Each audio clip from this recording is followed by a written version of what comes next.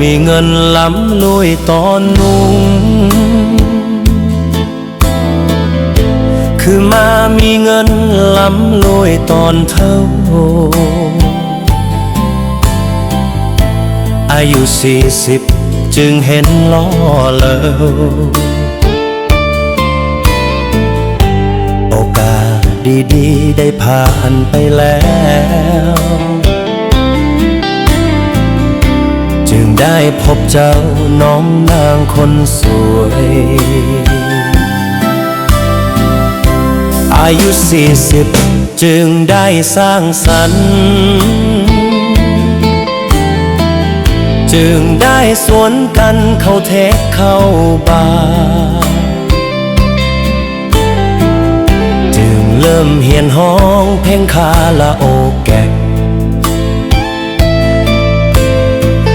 ความบันเทิงโลกเข้าไปใกล้เกินแล้วจึงเห็นน้องแก้วเหมือนสายไปแล้วล่ะบ่สมเกิดมาเป็นคนศาสตร์นี้เหมือนดังตาเว้นเริ่มดับลงดินจึงพบอยู่พินน้องคานคิงบางเธอเว้าบ่ออกแต่ก็รู้สึกหลายอย่าง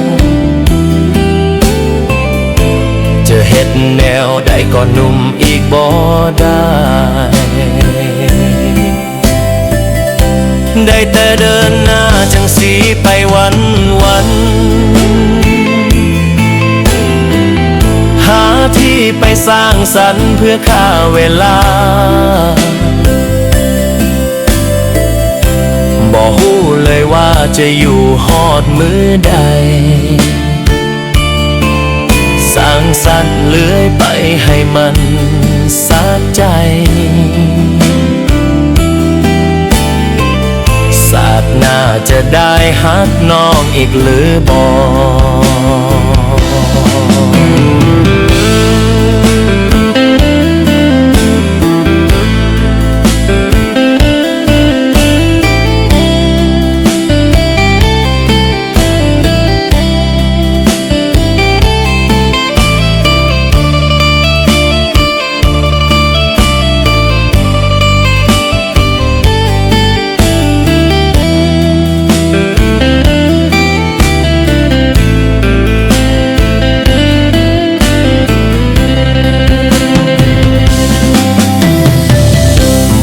สมเกิดมาเป็นคนดื้อศาสตร์นี้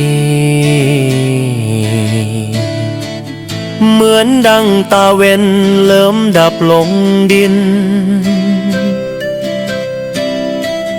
จึงพบอยู่พินน้องคานคิงบางถึงเว้าบ่ออกแต่ก็รู้สึกหลายอย่างจะเฮ็ดแนวใดก็หนุ่มอีกบ่ได้ได้แต่เดินหน้าจังสีไปวันหาที่ไปสร้างสรรค์เพื่อฆ่าเวลาบ่ฮู้เลยว่าจะอยู่ฮอดมื้อใดสร้างสรรค์เลื่อยไปให้มันสะใจศาสตร์หน้าจะได้ฮักน้องอีกหรือบ่